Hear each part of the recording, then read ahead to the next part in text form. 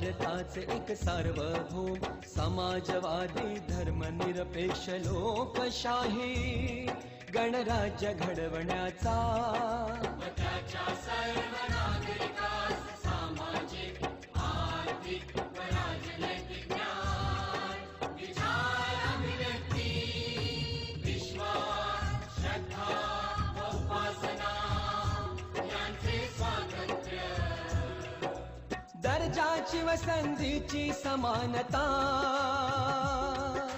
निश्चितपणे प्राप्त करून देण्याचा